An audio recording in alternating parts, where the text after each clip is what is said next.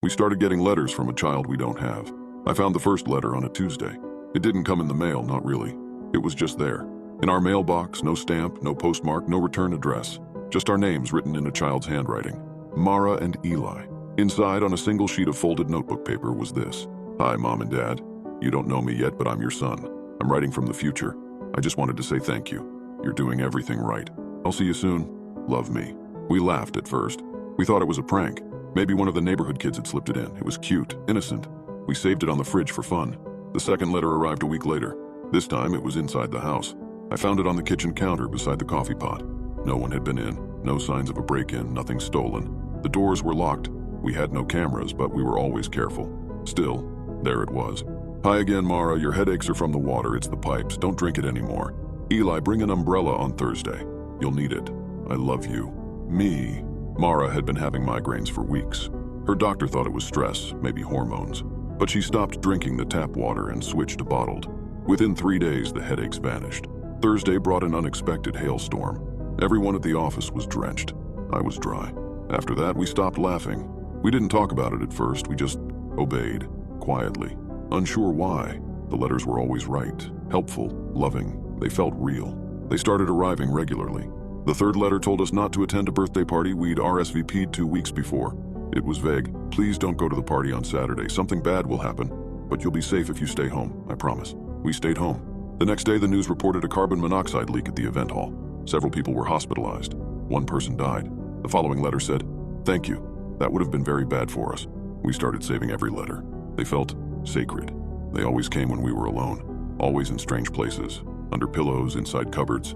Once even inside the fridge, folded neatly between 2 cartons of eggs. Each note felt warmer, more intimate, more personal. They began using our childhood stories, ones we'd only ever shared in whispers. Mom, remember the pink shoes you buried in the woods behind Grandma's house? I found them. They were still there. Thank you. Mara burst into tears.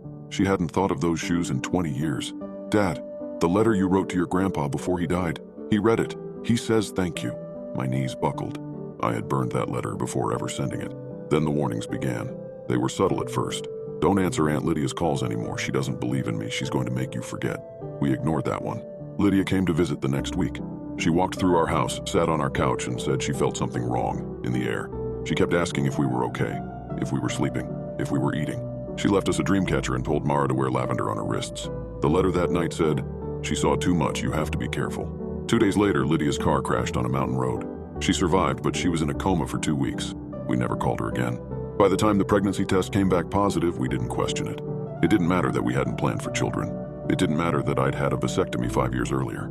Miracle, Mara whispered. Destiny, I said. We held hands in the kitchen, trembling. The house felt too still. Outside, the wind stopped. The letter was already on the counter. He's coming. Thank you for making it possible. The letters became more frequent, more urgent. Don't trust the man with the dog who walks past at 8:15. He's watching us. Don't let the doctor touch Mom's stomach. He'll feel something he's not supposed to. Don't look into the mirror for too long. We didn't know what that meant, but after a while, we couldn't. Our reflections began to move out of sync. The pregnancy progressed rapidly. By what should have been week 12, Mara looked full term. She didn't gain weight. Her skin remained smooth, flawless, but her stomach grew, and the skin over it pulsed faintly, like something underneath was testing the boundaries. She didn't sleep much. When she did, she murmured in a language I didn't recognize. The letter still addressed us lovingly. You're both doing so well. I'm so proud of you. Don't listen to anyone else. They'll try to keep us apart. You have to protect me. We're almost ready. Then came the letter about Mr. Halbert, our neighbor. He knows. He's been watching you. He's going to ruin everything. You have to stop him. We were scared. We believed it. Halbert had always been nosy, sure, but lately he had been stopping by more, asking strange questions. You folks expecting? You look different. This house, something about it feels wrong now. The next note said, he's lying. He always has. He hurt children once. He'd hurt me too. Do what you need to do.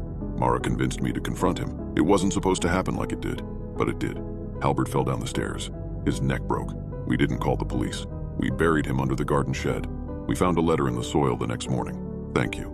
He won't interfere anymore. Mara went into labor that night. That's when the sky turned black. Not cloudy, not stormy, just black.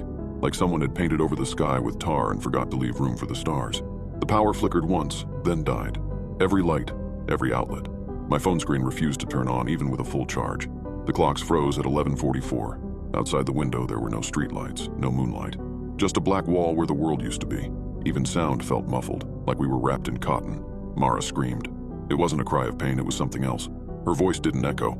It seemed to collapse in on itself, the sound falling flat in the air like it wasn't allowed to leave the room. And then it stopped. Her eyes rolled back. Her mouth hung open, and from her lips came a voice that wasn't hers. Not deep, not monstrous, just wrong. Like 100 whispers trying to form one word. I leaned close, trying to understand. She convulsed once, twice, then went completely still. Her stomach bulged and contracted in slow, rhythmic pulses. Something was moving beneath the skin, not kicking, shifting, like it was stretching, unfolding. I backed away. The room felt hotter by the second. The walls pulsed with a dull red hue, as if lit from behind veins. The floor vibrated beneath my feet in perfect sync with Mara's breaths, deep, dragging, unnatural. There was no blood, no contractions, just silence and movement.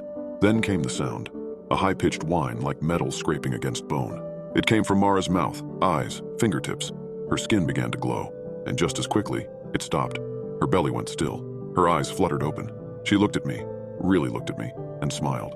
"It's okay now," she said.